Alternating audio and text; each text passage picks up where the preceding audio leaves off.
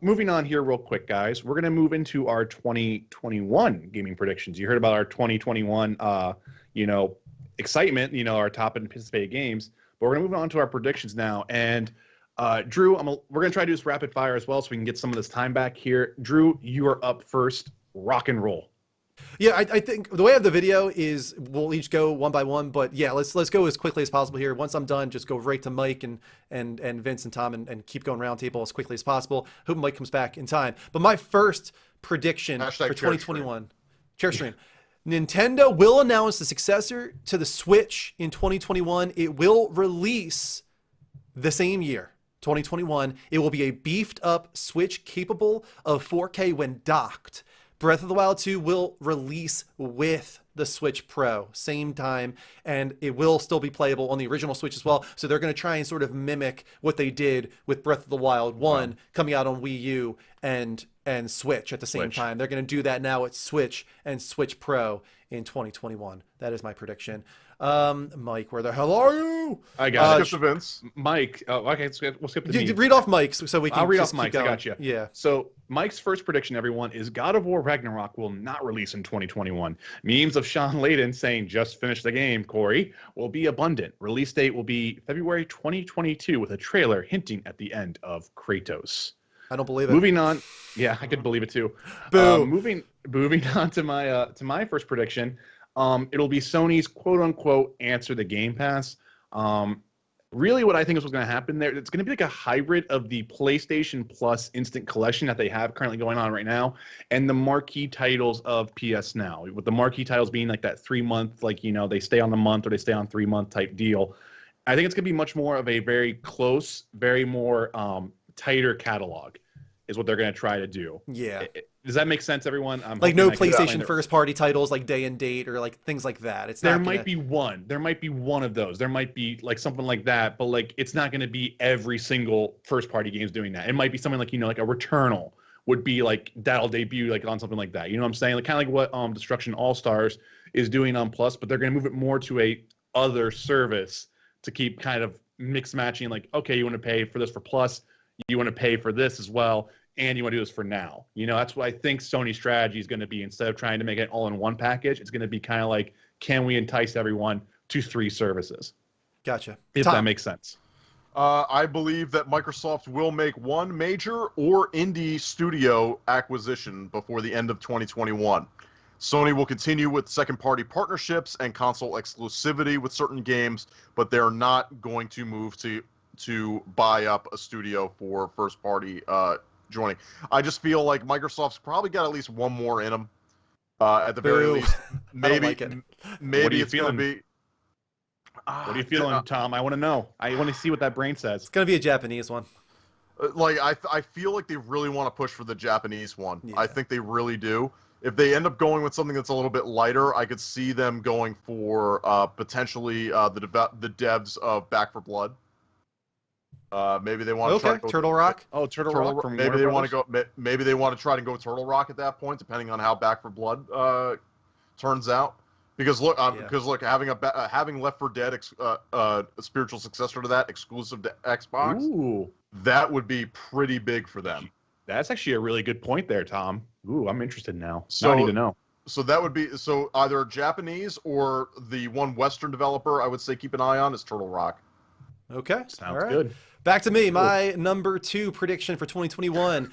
God of War Ragnarok will release in 2021. How dare you, Mike? It will release in 2021. It will be cross-generational, releasing the same day on PS5 and PS4, PS4 Pro. It will be revealed that you play directly as Atreus for parts of the game, with the character now being a teenager, several years older than he was in the first game.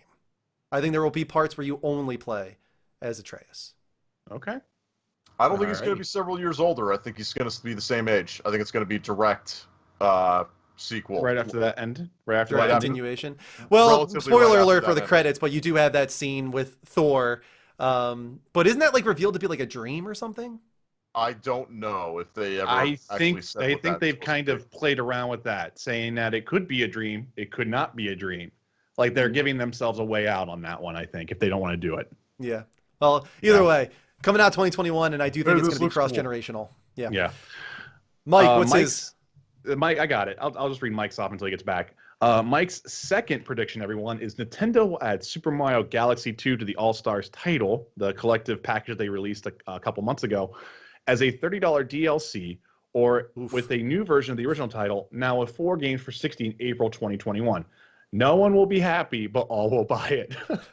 That would be a big oof. $30 for one add-on Game. of Galaxy 2. Like, Yeah, that would Yeah. be. That seems like it's a little much. yeah, I hope not. Yeah. That would be really egregious. But That you never would know with Nintendo. You never know. Testing the waters. Moving on to my second prediction here, everyone, and it's again, I would say a little like a lame one, but really, system firmware update in early 2021 for PS5 that adds all major features wanted: VRR, ALLM, 1440p, etc., etc. Xbox will further optimize the Xbox dashboard around that time as well. Essentially, pretty much by summer, both systems will have most of their OS problems figured, smoothed out, and most of the returning features for like PlayStation 5, like folders and whatnot, all that stuff will be back, I'm thinking, by summer. I think That's they what I'm would have been thinking. there at launch if it wasn't for COVID, honestly. I think a lot of these things that seem really weird, like where did this Weird. go? Like this used to be here and now it's not. I think that had to do with OS sort of taking a back seat. Just make sure it's smooth and it runs and get the base Right. features in there. But otherwise, like we have other things that are more important right now to get, going with PS5 Right. than the UI. So I agree with you there. I think you're right. Tom, moving on to you, man. So I think that my second prediction is that haptic feedback will be one of the few gaming gimmicks this generation to stick around for the long haul. All companies who develop for the PS5 will make sure to work on that part of the experience and not simply just include basic rumble features into their games. And by I mean all companies, I mean all third-party developers. Everybody who will be putting a game out on PS5 will exclusively have haptic feedback Mhm. things integrated into Right. their game. I feel that this is definitely an experience from those of us who have experienced it and felt it. It definitely changes your experience with playing that game. So Yeah. I think the developers themselves are extremely excited about this as a prospect for the future of gaming. I wouldn't be shocked if you end up seeing a new Xbox controller that is going to introduce haptic feedback. Like, there's the long and short of where I'm going with this. So definitely look for haptic feedback to be, if no other gimmick this generation survives, I think this is going to be the one. Yep, I I'm think- 100% with you, and not only that, I hope that's the case as well. It needs to be the Yeah. case. Right. My number 3 prediction for 2021: Final Fantasy VII Remake will have a definitive edition released post April 10th. It will include an extra Tifa chapter showing her path to pursuing Don Corneo, enhanced visuals and performance, and a special ending teaser for Part 2. The reason I say it's going to be post April 10th is because that is, of course, 1 year after the release of the original game, meaning that it can now release on PS5 and Xbox Series X for the definitive edition. That makes sense too. It's actually like a whole other launch, like a whole other title now too. So that actually does make a lot of sense there. Yeah, and I think that you're going to see, those kinks ironed out. I think a lot of that had to do with the PS4, and I think the SSDs are going to completely fix. I actually wouldn't be surprised if they actually redo certain aspects of the game to remove those, oh, I'm going to squeeze through this tunnel here, oh, I'm going to squeeze underneath of this here, that were obviously intended to hide load times. I wonder if they get rid of those moments and just have you just run through them instead, Get rid of those hindrances and pacing, because the SSDs will fit that. Well, I should say. with that being said, do you expect there to be a free upgrade for PS4 owners? I do. Yeah. Okay. Yes. I think I there will think be, so. it'll cost you. It's not going to, wait, did you say free?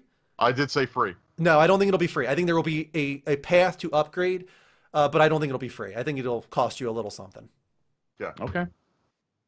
All right. So then moving on to Mike's third prediction, everyone, is Sony will have deals with more than 5 AAA titles for time exclusive content, including FFXVI and GTA 6, which will be a tease and reveal within 2021.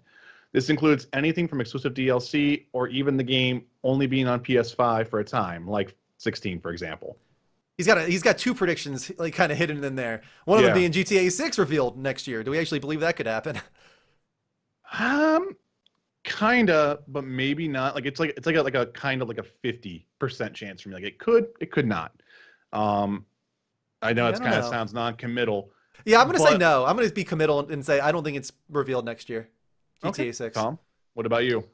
So my third prediction, I believe that Google. Now this is a negative prediction here.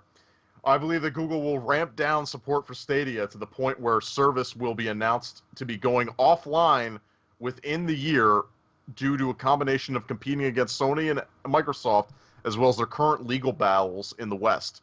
I'm thinking that the current issues that they're facing in the European Union, specifically in Brussels right now, they're going to be focusing on a lot of time and money on trying to still keep their business afloat as it currently is, without having to potentially break up with all the monopolies that are all of the antitrust suits that are currently already in place, and those that are likely going to be coming out in the U.S.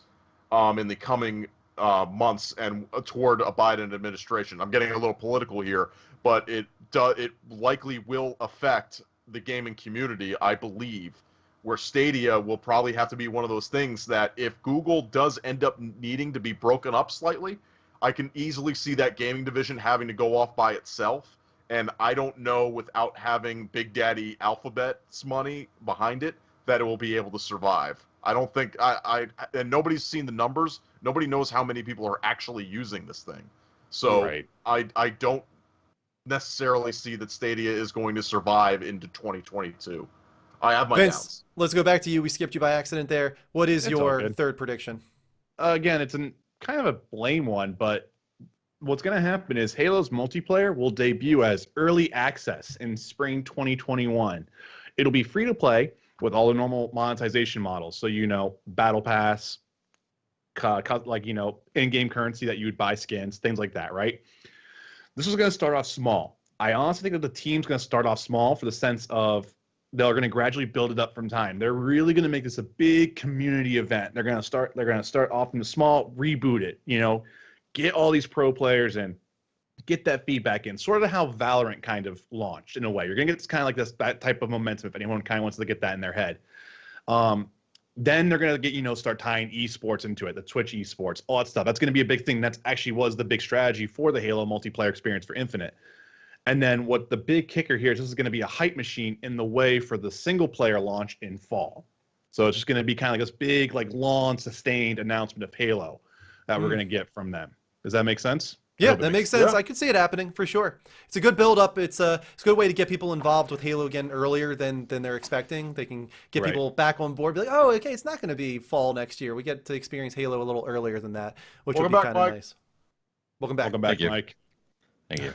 All right, we're now going to move on to our hopes and dreams. We did 3 predictions. Vince read off yours for you, Mike. But now we do get to do our hopes and dreams. I'm going to start off here with my hope and dream for 2021. Uncharted will be rebooted, a soft reboot, announced in 2021 from the new PlayStation studio in, I think it's Santa Monica, another one in Santa Monica. It will follow Cassie Drake, and it will include the rest of the Drake family in a smaller capacity. I know a lot of people don't want that. They want them to move on from the Drake family. Sorry. I want more Drake. Shoot me. I don't care. Like that is Uncharted to me. It has to have some type of Drake essence. It doesn't necessarily need to be like the forefront. Like it doesn't need to be Cassie necessarily, but I want it to be Cassie. And I think they have a lot of work ahead of them to figure out how to make that work. Like why would Cassie become an adventurer and treasure hunter? Like I have no idea. That's them to figure out, but I want it to be that. And I want the Drake family to still be involved. Doesn't mean I don't want, Nadine and Chloe. That would be amazing as well. Get them all back on board. But I think they need to like do a time jump and change it up a little bit, make it feel fresh and new in a sort of God of War type way, but still Uncharted, still the Drakes. I think it'll be 100% PS5 exclusive, no cross-generational shenanigans, and it will release in 2022. They're going to reveal the release year as 2022. All right. Okay. That's a good hope. I like it. Mike, You know, your hope and dream. Yeah. All right, my hope and dream. You have none. I'm just kidding. Man, it is far-reaching, but I hope and I dream that Fable, whatever the version that Microsoft is concocting, will be playable or in a playable state by the end of 2021 with a release date of mid-2022. On top of that, it will in fact feature a hub world, but the focus will be on single-player story experiences with the option to add in co-op at any point, drop in, drop out. That will not affect your version of the story unless it is in a way that you would like to. All right. I hope it's good for you, man. I really do. Yeah. Mhm. I'll feel very sad if you don't get the Fable that you've been waiting for. Oh man. Sorry, Mike. I just don't have any faith in it right now. So we'll see. I don't See have what faith in happens. you, Vince. Oh, I know. No one does. It's fine. Vince, the video says no hope or dream found for you. That's true. I have no 404. hopes. I have no dreams. You have no hopes or dreams. You have none. No hopes and dreams for 2021, to be honest. No If 2020 has taught me anything, Come it's on, not you the got to hope come or up with dream. something. No, here's my thing. I'm more just looking forward to just 2021. If you want to talk about like an overall thing, I'm hoping that 2021 just kind of goes back not to normality, but more to a just like everything kind of relaxes a little bit. Game development, I'm hoping that we get progress like, from the crunch standpoint.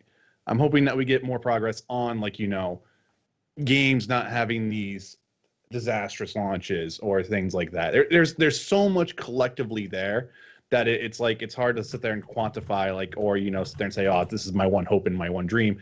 It's just more, I just hope prosperous, prosperity for a lot of people, and just not like, again, not going back to return to normal, but like the lesson has been learned. We will move forward as society, and we'll also move forward with the industry, everything like that. I'm sorry, I don't know if that's too far over the top of everyone's head, but that's kind of what I'm hoping there. Okay. All right. Something. Tom, round us out here with Oh, your that's a lot more altruistic than mine is. your 2021 hope and dream. This is my forever hope and dream, is that Nintendo will announce a fresh slate of new games featuring long dormant franchises: Star Fox, F-Zero, Mother, classic-style Metroid in the Metroidvania 2D style, Kid Icarus, Wave Race, Sin and Punishment, the Wars series, all the things that Nintendo was having sitting on the shelf collecting dust, rusting over. I would love to see a new slate of these games come out, but it wasn't happening under Iwata. It's definitely not happening under this current crew, but it's my hope and dream. Tom, of you and I get 2021. along pretty well, and I enjoy that. I only enjoy you want- too, Mike. I only want one of that those means a lot games. to me, really. I only want one of those games to actually be a thing. Everything else can stay where it is. Which one is it? Wave Race? No, Mother. Mother? Yeah. Mhm. Absolutely. I can understand. I can Everything else, 100% understand Star Mother. Fox came back, wasn't all that fun. F-Zero, we have enough things that are like that now at this point. Classic style Metroid, we have that with the revisions. Kid Icarus had do we its have a time. lot of arcade racers though? Do we really We do. have arcade Yeah. racers? Yeah, like- in my opinion, Wipeout does it better. Like major arcade racers? Yeah, I think Wipeout I'm not does it talking better. like indie ones. I'm talking like actual like AAA arcade racer, Would not you not consider Onrush as an arcade racer? Because Onrush didn't do too well. I guess Right. that doesn't really Nobody count, wants though. them. No, it That's does. more It's like the same idea. It's the same but it's a idea. hero. Nobody wants it anymore because it's arcadey, and no one really wants that in the same way that they want things. People have different interests now, and it's just not what people want anymore. And it's goof, and it's fun to actually explore that. But like Mario, believe it or not, Mario Kart 8, in my opinion, handled F-Zero better than a modern day F-Zero would handle itself.